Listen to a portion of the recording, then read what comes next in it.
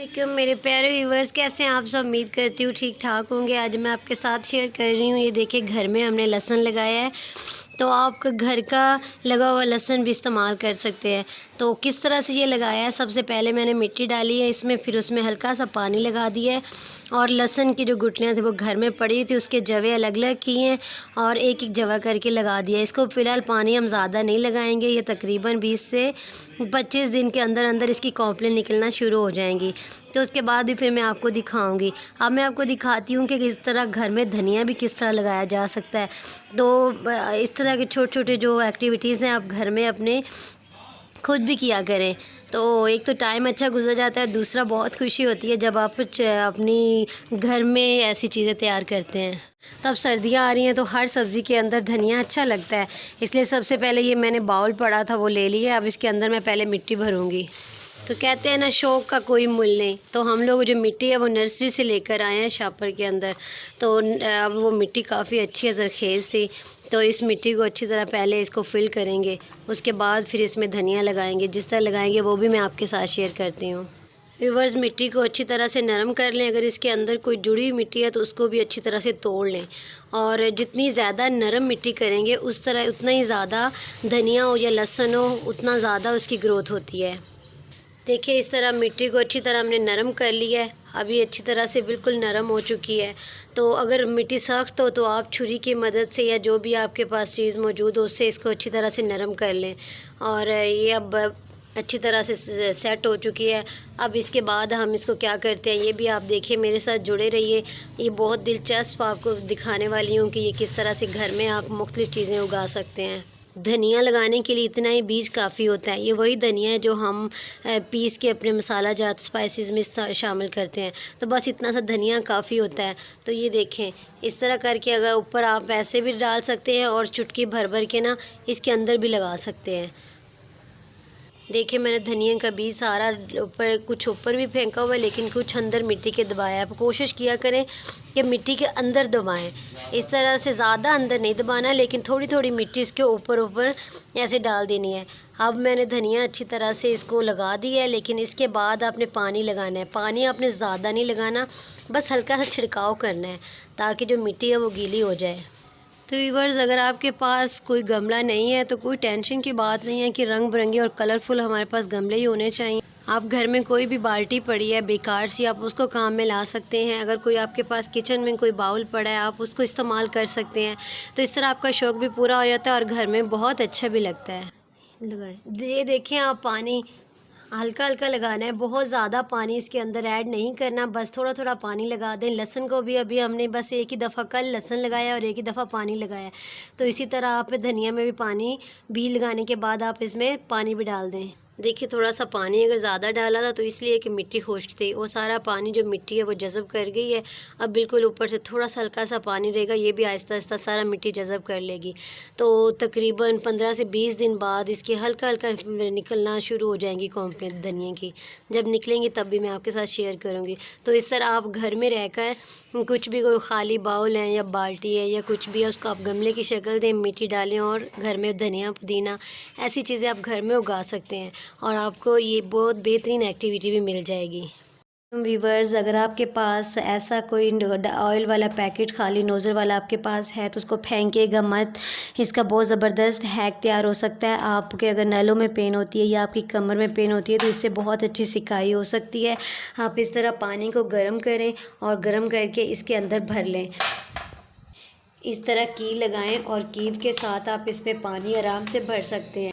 तो viewers, Kyiv की मदद से आप इसके अंदर पानी भर लें और ढक्कन को टाइट कर दें। अब आपका यह सिकाई का बेहतरीन पैकेट तैयार हो चुका है। आपके पास अगर सिकाई करने के लिए कुछ नहीं है, क्योंकि बोतल बहुत ज़्यादा गर्म हो जाती है, तो आप ऐसा करें कि ऐसा पैकेट तैयार करें और अपनी कमर की सिकाई करें और या अपने जहाँ पे नलों में पेन होती है तो उसकी सिकाई करें। तो अगर आपको अच्छा लगा हो तो मेरे चैनल को विज़िट करें और भी बहुत से अच्छे अच्छे हैक्स आपको मिलेंगे। गाइस, मैं आपको बताऊंगी कि वाइपर की मदद से आप पोछा कैसे लगा सकते हैं। अगर आपके पास दूसरी तपड़ी नहीं है या कोई पोछे के लिए आप बैठ के नहीं लगा सकते, कमर में दर्द होता है, तो इस वाइपर की मदद से आप पोछा कैसे लगाते हैं मैं आपको बताती हूँ। अब कोई भी इस तरह की पुरानी जर्सी ले लें जो आप इस्तेमाल में नहीं करते, तो इसके तो बटन लगे हुए हैं इसलिए फ़ायदा हो सकता है, लेकिन अगर बटन ना लगे हों तो आपको यहाँ एक सुराख करना पड़ेगा। आप उसको सुराख करके इसके अंदर से वाइपर का जो डंडा होता है वो इसके अंदर से गुजारें। इस तरह उसके गले में वाइपर का डंडा जो होता है वो इसके अंदर से गुजारें और बेहतरीन आपकी तपड़ी तैयार हो चुकी है। तो गाइज़ अक्सर ख़वातीन होती हैं जिनका सिज़ेरियन हुआ होता है या फिर कमर में दर्द होता है, वो झुक के तपड़ी नहीं लगा सकती या पोंछा नहीं लगा सकती, तो वीवर्स ये बहुत बेहतरीन पोंछा बनकर तैयार हो चुका है। और ये जो जर्सी है ये ज़्यादा महंगी भी नहीं है, अगर आप लंडा बाज़ार से लेते हैं तो 50 रुपये में मिल जाती है। तो आप इस तरह की जर्सी लाएं, या फिर अगर घर में कोई पुरानी पड़ी है तो उसको आप बेहतरीन पोंछा बनाएं और इस्तेमाल करें। आपको मैं बताऊंगी कि आप सर्दियों की आमद है तो अपने आप कंबल वगैरह वॉश कर लें। देखिए मैं अपने कंबल्स वॉश करना शुरू कर चुकी हूँ अपने हस्बैंड के साथ मिलकर। ये देखें तो छत पे पहले हमने छत को अच्छी तरह से वॉश किया है, उसके बाद कंबल फैलाया है और उसमें सरफ़ डिब्बे में मिक्स किया और उसमें फ़िनाइल भी थोड़ी सी डाल ली। इस तरह जो स्मेल है वो बिल्कुल ख़त्म हो जाती है। तो आप भी इस तरह से अपने सर्दियों की आमद है, अपने कपड़े वॉश करें सर्दियों वाले, अपने कंबल वगैरह निकालें, कपड़ों को धूप लगवाएं, कंबल को धूप लगवाएं। तो सर्दियों से पहले इसकी तैयारी भी ज़रूरी है। देखिए अगर आप कंबल उठा के नहीं वॉश कर सकते तो ये बेहतरीन टिप है कि आप कंबल को अच्छी तरह फैला लें, उसके ऊपर पानी फेंक के सरफ़ डालें और इसे वाइपर की मदद से, आप वाइपर की मदद से भी अपने कंबल को धो सकते हैं। देखें कितना इजीली आसानी के साथ वॉश हो रहा है। तो गैस ये मेरा अपना है कि आप भी इस तरह ट्राई करें कि निचोड़ना भी नहीं पड़ता, आप ऊपर पानी डालें, सरफ़ डालें और फिर ऐसे ऊपर से वाइपर के साथ खींच के ऊपर से पानी निकाल सकते हैं।